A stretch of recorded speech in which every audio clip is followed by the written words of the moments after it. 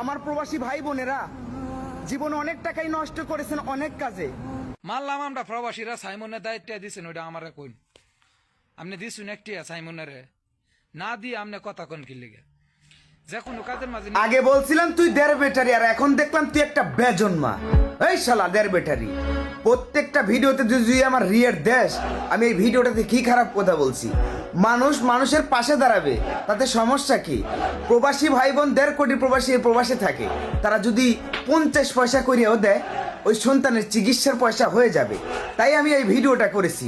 তোর মতো বেজন্মা কখনো কাউকে 2 টাকা দিয়ে দেখছস? আর আমি যে কারে টাকা দিই না দিই ওইটা তুই কি কইরে জানোস?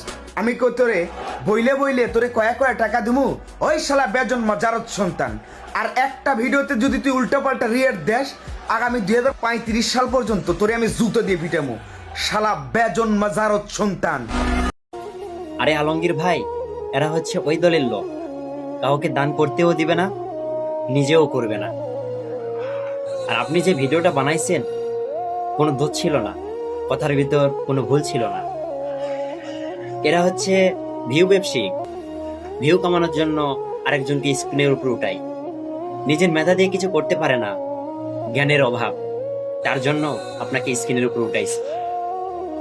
আর আল্লাহ যাকে চাই, যতই বাধা আসুক কোনো লাভ হবে না। চালিয়ে যান, পাশে আছি, পাশে থাকবো ইনশাল্লাহ।